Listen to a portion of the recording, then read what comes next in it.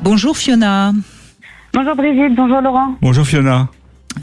Donc vous êtes avec un homme qui a une bonne trentaine d'années et qui prend du Cialis pour être rassuré sur ses érections. Oui, en fait, donc là, il a 36 ans, ça fait 5 ans qu'on est ensemble. Et au début, tout se passait bien. Puis c'est vrai qu'il y a eu des événements assez stressants, un peu... Enfin voilà, il a été très stressé à un moment, il n'était pas bien et il n'arrivait plus... il arrivait plus à avoir d'érection. Donc, il est allé voir une sexologue qui lui a conseillé du Cialis. Et depuis, en fait, il ne fait plus l'amour sans. Il essaye pas sans. Et pour lui, j'ai l'impression que pour lui, il a l'impression qu'il n'y arrivera pas s'il n'en prend pas. J'ai l'impression qu'il a des... Ouais. Ouais. Et ça vous dérange, vous ? En fait, c'est surtout que j'ai l'impression que... Comment ? À la fois, ça le rassure. Enfin, je pense qu'il a peur d'essayer sans parce que si jamais il y arrive de nouveau pas, il va peut-être voir ça, je sais pas, comme un échec. Oui, mais vous répondez pas à ma question. Ça me fait... En fait, ça m'embête pour lui. Je comprends pas trop. Pour moi, j'ai l'impression qu'il y a quelque chose de profond. Parce que pourquoi je vous pose la question ? Parce que pour une femme, que l'homme puisse avoir une érection grâce à un médicament, ça peut être très dérangeant. C'est vrai qu'au début, je comprenais parfaitement pourquoi il a ressenti le besoin de se faire prescrire ce médicament, parce que voilà, vraiment ça. Mais parce que je savais que c'était lié aux événements extérieurs voilà. Parce que on voit bien, et je vais laisser la parole évidemment à Laurent qui est psychiatre, mais on voit bien que là, ça le rassure. Mais vous pourriez, en tant que femme, le rassurer. Sauf que si ça vous dérange un peu, c'est compliqué pour vous de le rassurer. C'est pour ça que je me permettais de poser la question. Vous voyez, et donc on est dans un cercle vicieux. Il a peut-être perdu l'érection parce que vous ne le rassureriez pas assez. Vous savez, aujourd'hui, beaucoup d'hommes perdent leurs érections parce que les femmes ont pris beaucoup de pouvoir. Et c'est pour ça que je me permettais de poser cette question, parce que c'est une histoire de couple là aussi. Bien sûr que c'est une très bonne idée de prendre du Cialis si on a des pannes d'érection, ça redonne confiance en soi, mais à un moment donné...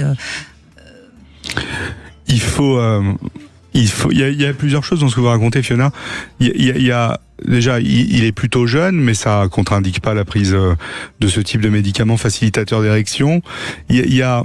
Après, il y a explorer pourquoi il y a un trouble de l'érection. Donc ça, c'est plutôt à explorer via un urologue spécialisé, pas qu'une sexologue qui conseille.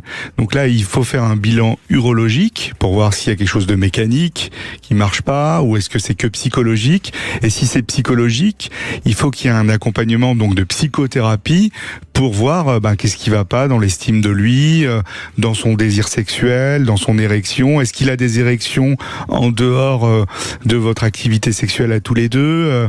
Est-ce que son taux de testostérone est à niveau, etc., etc. Donc je pense que dans un premier temps, il faut faire un bilan urologique mécanique. Puis après, il faut qu'il y ait un accompagnement psychothérapeutique, de soutien, de renforcement de l'estime de soi, etc., etc. Mais là, on n'est pas dans un cadre d'addiction aux facilitateurs d'érection. On est dans un trouble du désir sexuel avec un problème d'érection. Et je pense que, comme le dit Brigitte, il y a à la fois une prise en charge individuelle, mais il y a aussi, vous êtes sûrement tous les deux très amoureux, faire un petit point avec un médiateur de couple, juste sur cette question-là, un médiateur de couple sexo. En tout cas, il y a une prise de conscience du couple à faire. Mais pour l'instant, surtout qu'il n'arrête pas le Cialis. Non, ça c'est sûr, mais il essaye pas. Ce que j'ai l'impression, c'est qu'il l'utilise aussi pour se masturber, parce que j'ai eu tendance à compter les carrés, et pour moi, j'ai l'impression qu'il l'utilise même en dehors des rapports entre nous, quoi.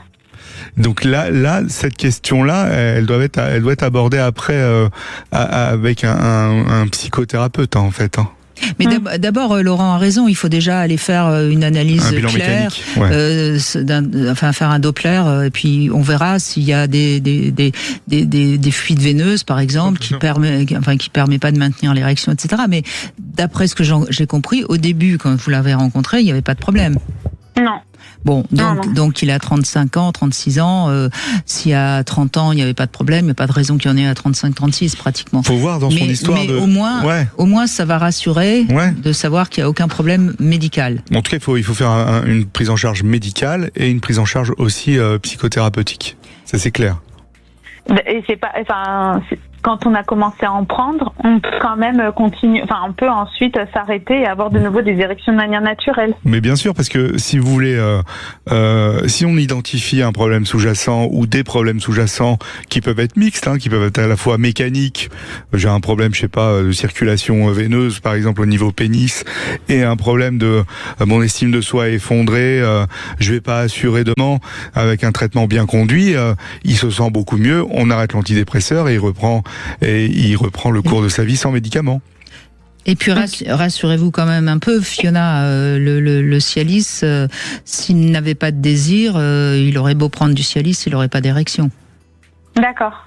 Le Cialis, c'est une aide à l'érection, mais il faut quand même qu'il y ait une excitation et du désir. Ouais, ok. Un homme qui aurait par exemple vraiment pas du tout de désir ou qui aurait des gros problèmes de médicaux, même avec du Cialis, il n'y arriverait pas. On le sait très bien pour les gens notamment qui ont été opérés de la prostate. Parfois, même le Cialis, ça permet pas d'avoir une érection. Donc, vous voyez, il y a certainement, vous êtes certainement avec un homme qui est un petit peu anxieux. Oui. De nature, et puis il a une anxiété, et puis ça le rassure, et puis c'est sa béquille, il continue de la prendre. Mais là où vous avez eu raison d'appeler, c'est qu'il y a de fortes chances qu'il n'en ait plus besoin. Mais il faut pas l'arrêter du jour au lendemain, parce que sinon il risque, s'il est anxieux, de retomber avec des pannes d'érection. Oui, je vois. Mais je pense que ce serait bien que vous en parliez, parce qu'il ne faut pas que vous alliez compter ces petites pilules qu'il prend. C'est pas... Ouais, ça sert à rien, Fiona. Vous êtes... C'est anxiogène pour vous, après. Parce que, vous voyez, le problème de ce genre de comportement, je ne vous juge pas, je comprends tout à fait, c'est qu'après, on interprète à la place de l'autre. Et on interprète parfois totalement à côté, vous voyez. Donc, je pense que c'est bien que vous en parliez tranquillement avec lui, en le rassurant, en lui disant que vous l'aimez, et que à votre avis, il n'a plus besoin de pilules, mais que peut-être vaut mieux faire d'abord tous les examens avant d'arrêter les pilules, vous voyez ? Ouais, ok. D'accord ? D'accord. Merci Fiona, merci beaucoup. Merci à vous. On continue dans un instant et on va parler de l'addiction à la masturbation.